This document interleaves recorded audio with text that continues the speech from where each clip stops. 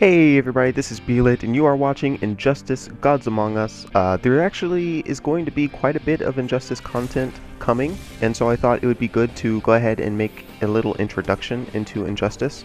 Injustice is, of course, a fighting game, which you probably could figure out. It uses DC characters, and possibly later on down the line some Mortal Kombat characters.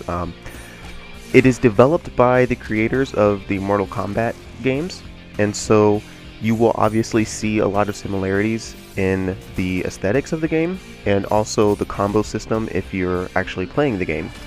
So I actually really like this game. It's really nice to have a character that I enjoy and that is actually good.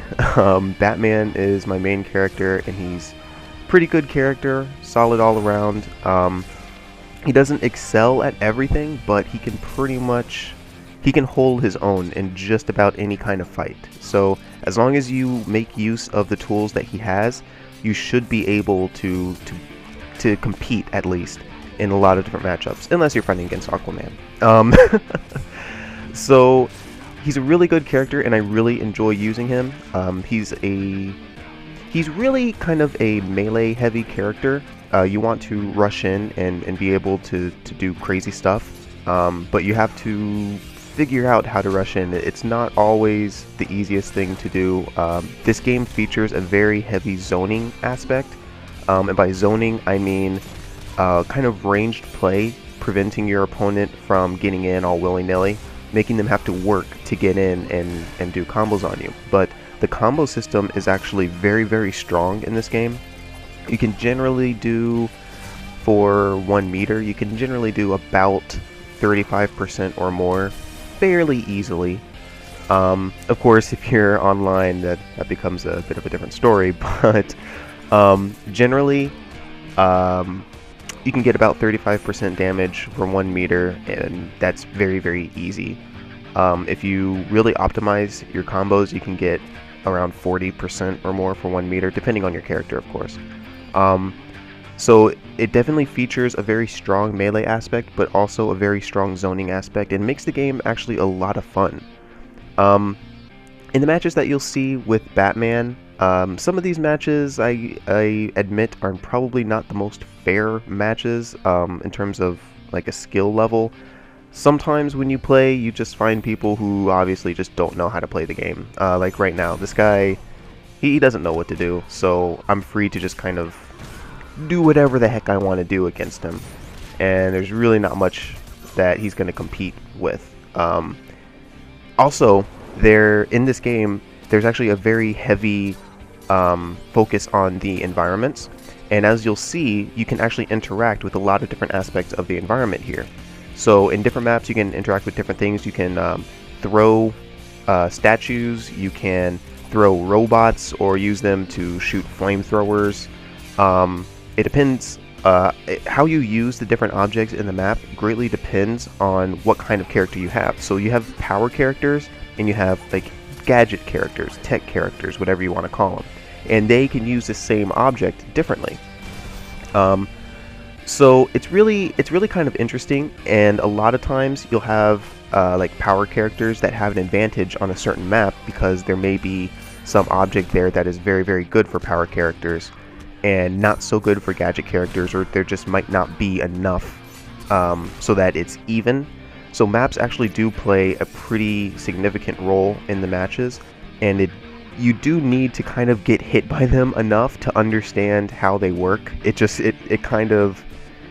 sucks in one degree, but once you learn how they work, then you really don't feel like you're at a disadvantage.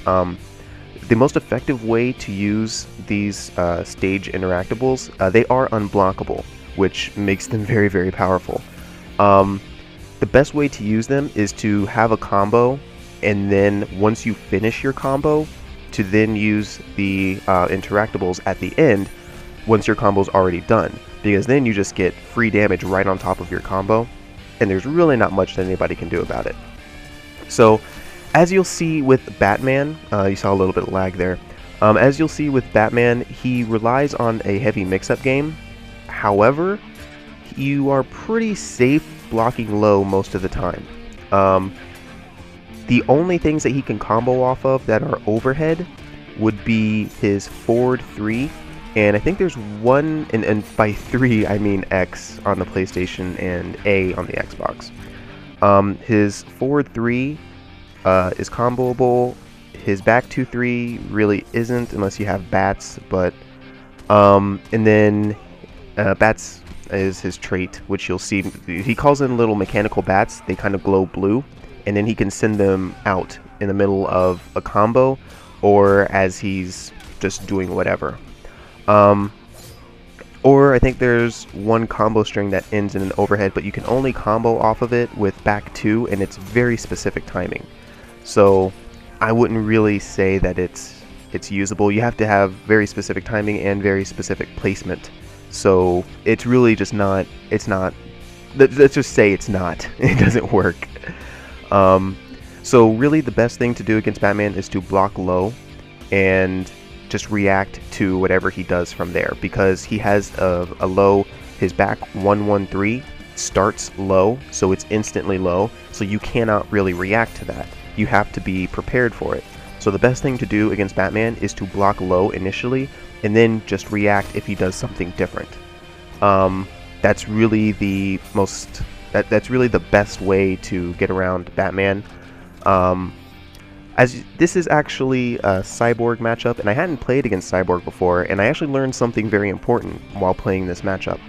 I tried to use Batman's ranged play a little bit too much. Most of it was because I hadn't played a Cyborg before, so I was unfamiliar with the matchup. And I think when someone's unfamiliar with something, they tend to try to stay away from it. And they want to go to a zoning kind of playstyle or ranged playstyle. And actually right there, that's the thing that I was talking about with interactables, learning from getting hit by the interactables. That actually just happened right there. I had been hit by that enough that I knew I couldn't backdash. I had to forward dash it, and I had an idea that he was going for it, so I just immediately started trying to forward dash, and I was able to get through it. But back to playstyles. I feel like people, when they don't understand something, when they don't understand a character, or they're just unfamiliar with something, they tend to want to stay away from it. And you'll see that in this. I tried to play this ranged game, but Cyborg, he's built for that. You know, he's not going to lose to that. And I thought that maybe I could keep my inputs going well enough that I could kind of bridge the disadvantage. But no, I couldn't. And even if he missed a few of his inputs, I would have to hit all of my inputs, and he would have to miss a ton of his inputs in order for me to come out ahead. Now, what you saw there when he actually called in that little laser thing, I had actually seen that before while watching gameplay of Injustice, and I knew that I needed to do something to get out of that. So I did the back 3, which got me out and had me attacking the opponent. So if he hadn't guarded, I would have gotten a free combo off of that. So understanding the character matchups, even though these little nuances it's very, very important. And even though I hadn't played a Cyborg player before, watching gameplay had actually saved me there. I was able to see that, oh crap, he's doing this. I need to get out of this position because this is very, very bad. So you'll see that that combo into the super did pretty much no damage, and now we're sitting on a timeout, and I have no reason to do anything. I can win this, meter burn the bats, which causes a little bit of an explosion, and bam, I win. So I hope you guys enjoyed this Injustice introduction. There will be more Injustice coming along the way, and sorry if I rambled a little bit, but there will be more Injustice coming, and I'm actually thinking about holding an open lobby for Injustice. So if you have Injustice and you would like to play in an open lobby, make sure you leave a comment in the comment section saying that you have it and that you'd be up to playing, and if enough people are willing to do it, then maybe we'll hold a King of the Hill lobby, and I'll record it and throw it up on YouTube. So I will talk to you guys later. Thanks for watching. See you guys next time.